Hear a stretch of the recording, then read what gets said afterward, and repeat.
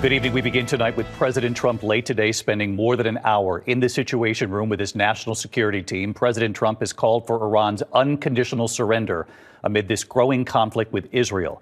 The president saying the U.S. knows where Iran's supreme leader is hiding, but that he doesn't want him to be killed, quote, for now.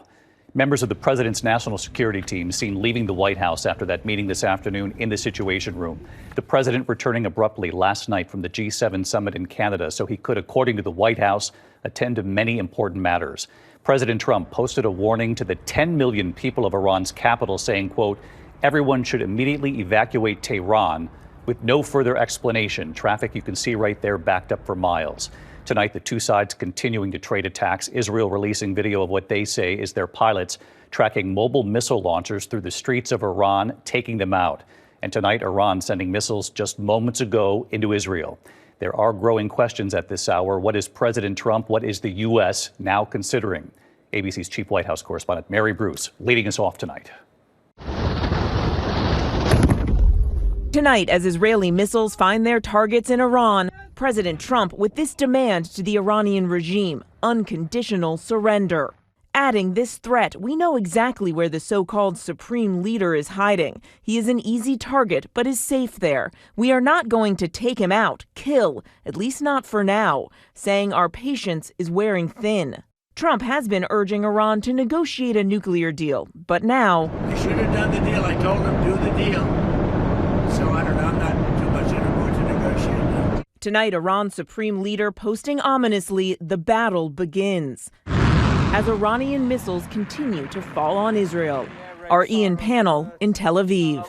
We just heard the first sound there of an intercept, so we're going to have to disappear. But this is another round of Iranian strikes on Israel.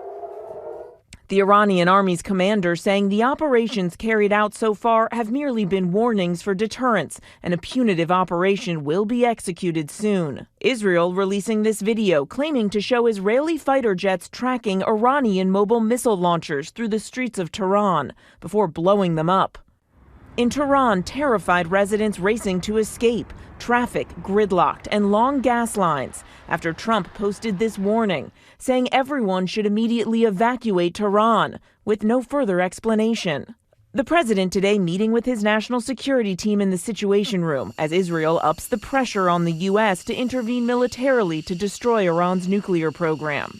Only the U.S. has the 30,000-pound bunker buster bomb capable of reaching Iran's deeply buried nuclear site. Trump now weighing his options, saying he's looking for something, quote, better than a ceasefire. What specifically is better than a ceasefire? What are you looking for here? An end. A real end, not a ceasefire. An end. So something that would be permanent? Or giving up entirely. That's okay, too. All right, so let's get right to Mary Bruce. She's live at the White House tonight. Mary, tonight, obviously, Israel targeting Iran. Iran now retaliating at this hour. The big question this evening with what President Trump said about the supreme leader and President Trump's warning for the people of Tehran to evacuate. The obvious question, if and when the U.S. could play a more direct role in this conflict. And David, as we are seeing these images of Israeli strikes in Iran, I've just learned that President Trump spoke with Israeli Prime Minister Netanyahu earlier today as the U.S. military is already moving warplanes and assets to the region, if needed, to defend American personnel. And that big question now weighing on the president tonight, whether to push for negotiations or join Israel's campaign and bomb Iran. David. Mary Bruce will be following this into the evening here. Mary, thank you.